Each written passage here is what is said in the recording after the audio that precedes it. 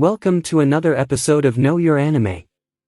Today we will continue our recap on the anime series, Campfire Cooking in Another World with My Absurd Skill.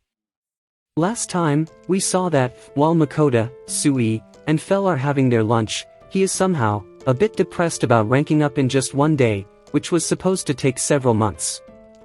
Mukohda returns back to the guild, in order to sell his loot, which they got by massacring the goblin settlement. And, even the receptionist is grossed out by the sheer number of goblin ears they have collected. The guild turns into a stock market scene for a second, and one of the counter lady comes running to inform him that the guild master wants to meet Mukohda and his familiars. Mukohda somehow agrees, and goes on to meet him. The guild master introduces himself as Willem, and he asks how Mukohda was able to kill so many goblins. Mukohda reports that they discovered a goblin settlement nearby, and Willem realizes the reason why there were so many reports about goblins these days. He informs Mukohda that they will be also getting a reward for clearing the goblin settlement, and Mukohda is happy upon hearing it. The old man is quite excited upon seeing the power of Fenrir, and just then, Tsui jumps out of his bag, and Mukohda introduces his cute little fuzzball. Willem reveals the reason why he called for Mukohda, and it seems like they have received a letter from the royal palace regarding Mukohda and his familiar. To put it simply, Mukohda and his familiars are allowed to live freely in this country, and this has been already approved by all of the noblemen. However, in return, they want to request for his power and support during the time of emergency. Mukohda is glad to know that the noblemen and the country won't try to do anything against them, and Willem reveals that just the presence of a legendary monster is already a threat to the neighboring countries. Mukohda is really happy to have finally secured his freedom of living peacefully. The guild master mentions about his promotion, and Mukohda tells him that he wanted the promotion so that they can continue their traveling without getting unregistered from the guild. To this, Willem reveals that he can promote him to rank C by using his authority of guild master, and Mukohda is quite shocked to hear about this. However, in return, he has a few requests that he wants Mukohda to attend to. Mukohda mentions that he has no intention of doing a regular adventure's work, but Willem clears his doubt by requesting him for S rank and an A rank mission, rather than ordinary missions. Mukohda asks Fel about his opinion, and Fel agrees to it immediately. The guild master reveals that the high-rank missions tend to stagnate because of its difficulty, since there aren't many adventurers who can complete it. Willem also offers to inform every other adventurer to not cause any trouble for Mukohda, and he thanks him for that. Mukohda thinks that he can trust this old man.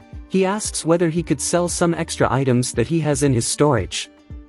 Old man wonders what it could be, and both the butcher and the guild master are surprised at seeing the rare collection of high-ranking monsters, such as Chimera and Orthrus. Willem tells them that they cannot buy all of these rare monsters, since they don't even have the money to pay for it, and apologizes to Mukohda. The butcher is quite excited to dismantle a blue ogre for the first time, since it is a S-rank monster, and he also reveals that blue ogre is a unique kind of ogre, while the orc king is an A-rank monster. Tsui suddenly mentions that he wants to go pew-pew with his acid, and defeat some more monsters just like Uncle Fel, and Mukohda gets a bit worried about his lust for murdering monsters. The butcher gets ready for his work, and Willem tells him that he will have his C-rank card by tomorrow, along with his money and meat. They return back to their house, and Mukohda wonders what he should cook for their dinner today. Since they were only eating oily foods till now, he goes for something refreshing, and, with a short cooking montage, he completes cooking their dinner. Before he could speak it out, Tsui and Fel have already started drooling over it. A can of beer, and amazing pets by his side, they all start digging into their delicious-looking food. After completing their dinner, Mukohda compliments Tsui for eating up the bell peppers like a good little kid. Looks like Fel's sleeping area is a bit small for him, and Tsui asks if he can go pew-pew on it. But Mukohda stops Tsui from melting away the shed, and provides the doggy with a futon to help him sleep comfortably, and he falls asleep immediately. The next day, Mukohda receives his C-rank guild card, along with heck tons of gold coins for all the monsters he deposited yesterday, as well as the reward for his last mission, which totaled out at 1,946 gold coins.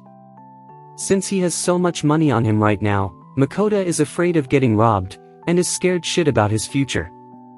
The guild master hands him the poster of the missions they were discussing yesterday, and his first mission is to kill the metal lizard, which has established a territory in the base of Pasquale Mountain.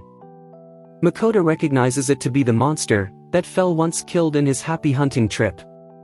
Their next mission is to hunt for bloody horn bulls, who have formed a herd, and started living in the grasslands, to the west of the city.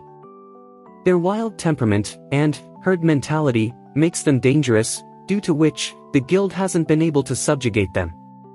Fel mentions that their meat is really delicious, and Mukohda realizes that it must be beef, and both of them get extremely excited to hunt for those beefy chunks. After finishing their work at the guild, Mukohda visits the shop of Old Man Lambert. He mentions that he is looking to buy a new bag just like his old one, and the old man starts showing him various different bags to choose from. Since he needs the bag to carry Sui around, he asks him if his slime can directly try out the bag, just like we do with our shoes at a shoe store. Lambert agrees, and Mukohda asks Sui to choose his new portable home. Sui takes a quick glance, and jumps into the simple-looking leather bag, choosing it as his new home. Mukohda decides to buy something as well, and gets a knife-holding belt, a dandy-looking snakeskin purse, and a pair of woodland design shoes. He wonders if he can buy these things cheaply, using his Amazon Prime, but stops himself, since those products would make him stand out in this world. Everything adds up to 11 gold coins in return, but he is shocked to hear that the old man is giving him everything for free, since Mukohda saved his life from the bandits, and treated all of them with rare monster meat, which was quite valuable. Mukohda wonders if he can really have all these for free, and the old man assures him that he couldn't charge his savior to pay him money. Mukohda thanks him for his generosity, and just then, the old man reveals that he wants to discuss something with him. He wonders if Mukohda still has the skin of the black serpent that he cooked for them, but Mukohda tells him that he has already sold the skin to the Adventure Guild just a while ago. Looks like he wanted to buy off the skin from him, since there is a shortage of black serpent skin all around the country. He also tried to get his hands on the red serpent skin that was sold to the Adventurers Guild, but he failed to buy it, since the Marquis family bought it for a higher price. And Mukohda chooses not to tell him that he was the one who sold the red serpent to the guild. The old man requests him to sell him a little bit of those rare materials that he hunts from now on, and Mukohda agrees to his proposal. While returning, Fel mentions that all those talks about serpents and their delicious meat made him hungry, and the trio starts drooling upon the thought of fried chicken. They return back to their place, and Mukohda starts marinating the meat for their dinner, while Sui is jumping up and down on our doggy's back. He uses the KFC technique of frying the meat twice, and starts frying the meat of red serpent. Fel and Sui act like impatient little brats, demanding him to feed them, even though he hasn't finished cooking it yet. He fries the meat again, and serves it to his bratty little pets first. They dig into the food immediately, eating it like a hungry monster, and Mukohda proceeds to marinate the second batch of meat. With a complete set of various fried meat, they have a scrumptious dinner together, until their bellies are completely full. Mukohda is super happy to have satisfied their hunger, and starts cooking his own dinner, as well as frying some meat for the future, so that they can eat fried chicken anytime they want. Even Fel praises him for his clever thinking. Mukohda gulps down his beer, and starts enjoying his much-awaited dinner. He mentions that the orc meat is really delicious, but finds out that Sui and Fel have already fallen asleep. He wonders how long has it been, since he has eaten his dinner by himself, and while gazing upon the beautiful view of the moon, Mukohda starts reminiscing about his past. Later, Mukohda prepares a variety of Japanese sweets, as an offering to the goddess Ninrir, and she is quite ecstatic upon seeing those amazing desserts. She starts sampling the desserts one by one,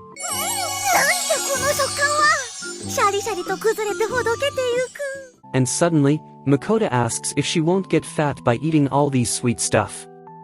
She is embarrassed, and shouts at him that goddesses never become fat, while the three other goddesses find out that she has been eating all those creamy stuff of Mukohda by herself. What kind of powerful blessings do you think Mukohda is going to receive after giving his creamy stuff to these goddesses? Let us know in the comments section. If you have enjoyed the video so far, consider leaving a like and subscribe to our channel to help us create more amazing content for you. Stay safe, and I will see you in the next one.